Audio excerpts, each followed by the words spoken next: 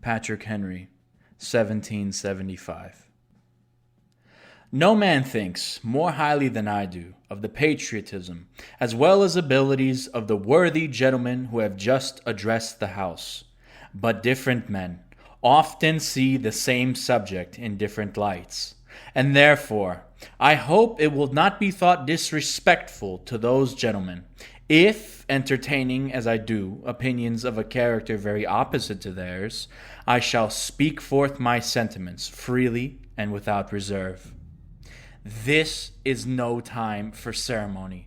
The question before the House is one of awful moment to this country. For my own part, I consider it as nothing less than a question of freedom or slavery, and in proportion to the magnitude of the subject, it ought to be the freedom of the debate. It is only in this way that we can hope to arrive at the truth and fulfill the great responsibility which we hold to God and our country. Should I keep back my opinions at such a time, through fear of giving offense, I should consider myself as guilty of treason toward my country, and of an act of disloyalty toward the majesty of heaven, which I revere above all earthly kings. Mr. President, it is natural to man to indulge in the illusions of hope. We are apt to shut our eyes against a painful truth and listen to the song of that siren till she transforms us into beasts. Is this the part of wise men engaged in a great and arduous struggle for liberty? Are we disposed to be of the numbers of those who, having eyes, see not, and having ears, hear not, the things which so nearly concern their temporal salvation? For my part, whatever anguish of spirit it may cost, I am willing to know the whole truth, to know the worst, and to provide for it. I have but one lamp by which my feet are guided, and that is the lamp of experience. I know of no way of judging of the future, but by the past. And judging by the past, I wish to know what there has been in the conduct of the British ministry for the last 10 years to justify those hopes with which gentlemen have been pleased to solace themselves and the House. Is it that insidious smile with which our petition had been so lately received? Trust it not, sir. It will prove a snare to your feet. Suffer not yourselves to be betrayed with a kiss. Ask yourselves how this gracious reception of our petition comports with those warlike preparations which cover our waters and darken our land. Are fleets and armies necessary to a work of love and reconciliation? Have we shown ourselves so unwilling to be reconciled that force must be called in to win back our love? Let us not deceive ourselves, sir. These are the implements of war and subjugation, the last argument to which kings resort. I ask, gentlemen, sir, by what means this martial array, if its purpose is not to force us into submission?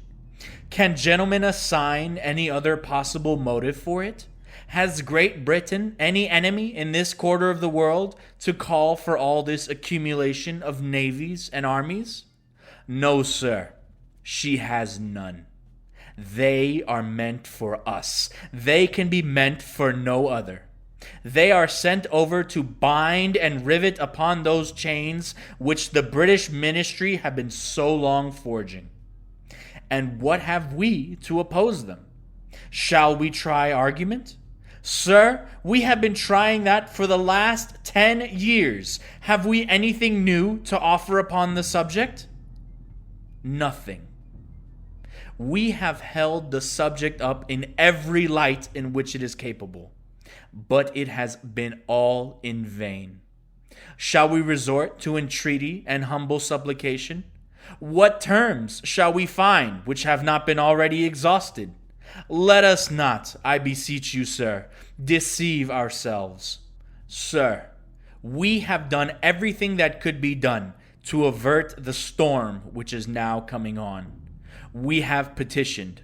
We have remonstrated. We have supplicated. We have prostrated ourselves before the throne and have implored its interposition to arrest the tyrannical hands of the ministry and parliament. Our petitions have been slighted. Our remonstrances have produced additional violence and insult. Our supplications have been disregarded, and we have been spurned with contempt from the foot of the throne. In vain, after these things, may we indulge the fond hope of peace and reconciliation. There is no longer any room for hope. If we wish to be free, if we mean to preserve inviolate those inestimable privileges for which we have been so long contending, if we mean not basely to abandon the noble struggle in which we have been so long engaged, and which we have pledged before never to abandon until the glorious object of our contest shall be obtained, we must fight. I repeat it, sir, we must fight. An appeal to arms and to the God of hosts is all that is left us. They tell us, sir, that we are weak, unable to cope with so formidable an adversary. But when shall we be stronger? Will it be next week or the next year? Will it be when we are so totally disarmed, and when a British guard shall be stationed in every house? Shall we gather strength, but irresolution and inaction? Shall we acquire the means of effectual resistance by lying supinely on our backs and hugging the delusive phantom of hope until our enemies shall have bound us hand and foot? Sir, we are not weak if we make a proper use of those means by which the God of nature hath placed in our power. The millions of people armed in the holy cause of liberty, and in such a country as that which we possess, are invincible by any force which our enemies can send against us. Besides, sir, we shall not fight our battles alone.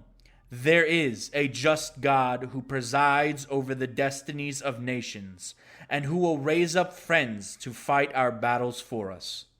The battle, sir, is not to the strong alone. It is to the vigilant, the active, the brave. Besides, sir, we have no election. If we were base enough to desire it, it is now too late to retire from the contest. There is no retreat but in submission and slavery. Our chains are forged. Their clanking may be heard on the plains of Boston. The war is inevitable, and let it come. I repeat it, sir, let it come. It is in vain, sir, to extenuate the matter. Gentlemen may cry, peace, peace, but there is no peace. The war is actually begun. The next gale that sweeps from the north will bring to our ears the clash of resounding arms. Our brethren are already in the field. Why stand we here idle? What is it that gentlemen wish? What would they have? Is life so dear, or peace so sweet, as to be purchased at the price of chains and slavery? Forbid it, Almighty God. I know not what course others may take, but as for me, give me liberty or give me death.